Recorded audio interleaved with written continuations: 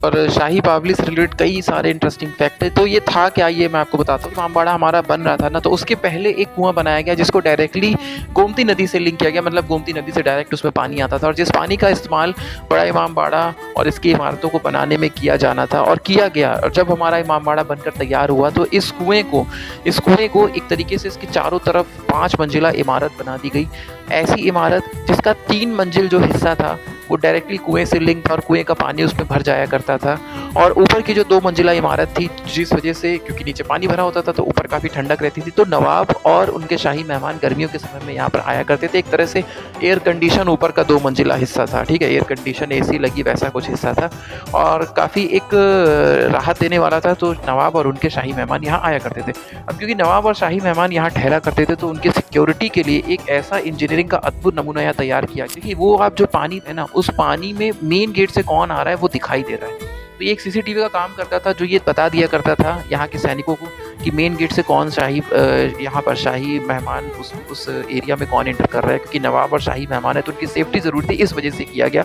और शाही बावली के बारे में एक और इंटरेस्टिंग फैक्ट बताऊँ मैं आपको। जब अवध पर अंग्रेजों ने कब्जा किया तो उस समय यहाँ के जो नवाब थे, नवाब वाजिद अली शाह, उनका खजाना बहुत ज़्यादा था और वो चाहते थे नवाब वाजिद अली शाह कि अंग्रेज ना पहुंच पाएं, और इसीलिए उन्होंने अपने सेवक, अपने खजांची सेवक मूलचंद रस्तोगी को खजाने की चाबी और नक्शा दिया और कहा कि तुम्हें इसे हर हाल में खजाने को तुम्हें अंग्रेजों से सुरक्षित रखना है, और नक्शा और खजाने की चाबी दिया, ठीक है। और मूलचंद रस्तोगी जो कि काफ़ी उनका आज्ञाकारी सेवक हुआ करता था, खजांची काफ़ी ईमानदार हुआ करता था।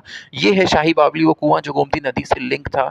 इसमें पानी का बहाव गोमती नदी की तरफ काफ़ी तेज हुआ करता था, काफ़ी दलदली हिस्सा हुआ करता था अंदर, और उसने खजाने को सुरक्षित रखने के लिए इसी में कूद के खजाने का नक्शा और चाबी लेके वो इसी में कूद गया, उसने अपनी जान दे दी।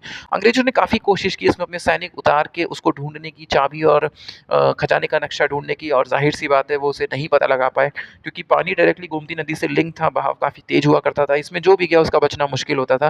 लेकिन एक सेवक ने अपने नवाब के प्रति, वो इतना वफादार, इतना ईमानदार था, उसने अपनी जान दे दी। तो बड़ा इमामबाड़ा हमें ये तो दिखाता ही है कि एक नवाब अपने जनता के प्रति कितना ज़्यादा उदार हुआ करते थे, कितना सोचते थे, और दूसरी तरफ ये शाही बावली हमको दिखाता है कि एक सेवक अपने नवाब के प्रति कितना वफादार था।